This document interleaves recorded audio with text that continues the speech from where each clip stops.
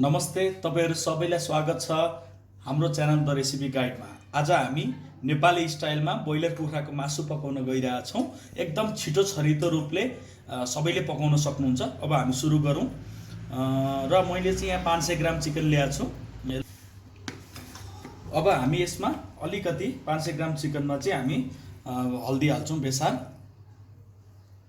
र त्यसपछि अलिकति म नुन हाल्दिन्छु।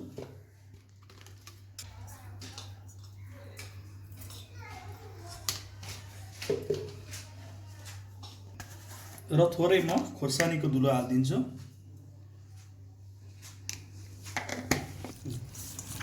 यति कुरा हालेर म यसलाई चाहिँ मिक्स गर्दैछु। यसलाई राम्ररी मिक्स गर्दैछु।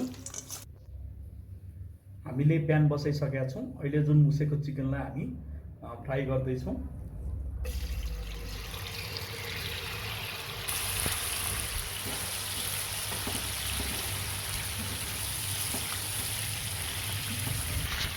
म यो चिकनलाई चाहिँ हाई फ्लेममा 5 मिनट जति भुट्छु।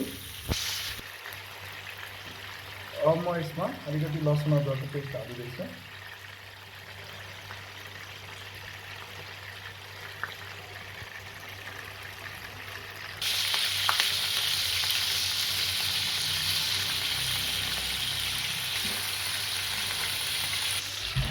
अब म यसमा काटेको क्याप्सिकम हालिदिन्छु।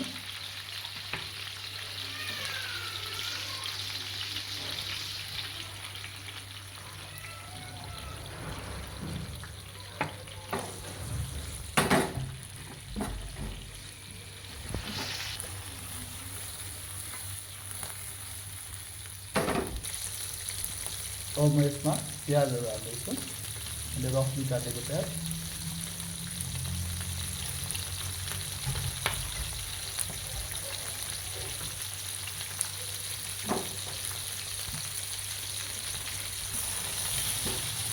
अब यसलाई मजाले चलाएर एकछिन हामी 4-5 मिनट जति पाक्नलाई छोड्दिन्छौँ।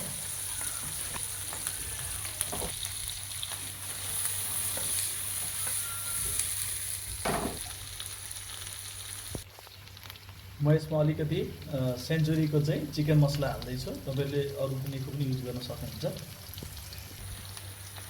र हाफ टीस्पुन धनिया पाउडर हाल्दैछु। र हाफ टीस्पुन जीरा पाउडर। अब यसलाई हामीले मजाले चलाउनु पर्छ।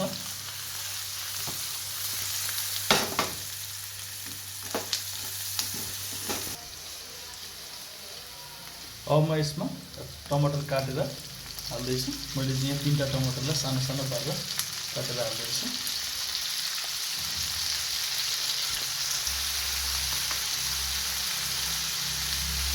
टमाटर हालिसकेपछि अब म थोरै नुन, यो टमाटर पाकोस् भनेर थोरै हाल्दैछु। तपाईले आफ्नो टेस्ट अनुसारले हाल्नुहुन्छ।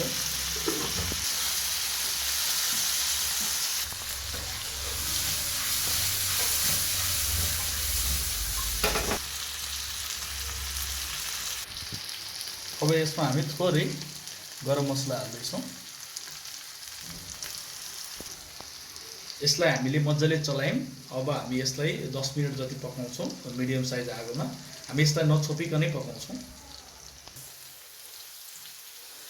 चिकन फ्राई चाहिँ हाम्रो रेडी भइसकेको छ। हामीले एकदमै छिटो छरितो रूपमा यसलाई बनाएको छौँ। यो चाहिँ मेरो ब्याचलर साथीहरु र कसैसँग धेरै सामान छैन भने पनि तपाईले एकदम सजिलो तरिकाले यस्तो चिकन बनाउन सक्नुहुन्छ र एकदमै चाँडो तपाईले आधा घण्टा भित्रमै तपाईले चिकन बनाइ सक्नुहुन्छ। यसरी नै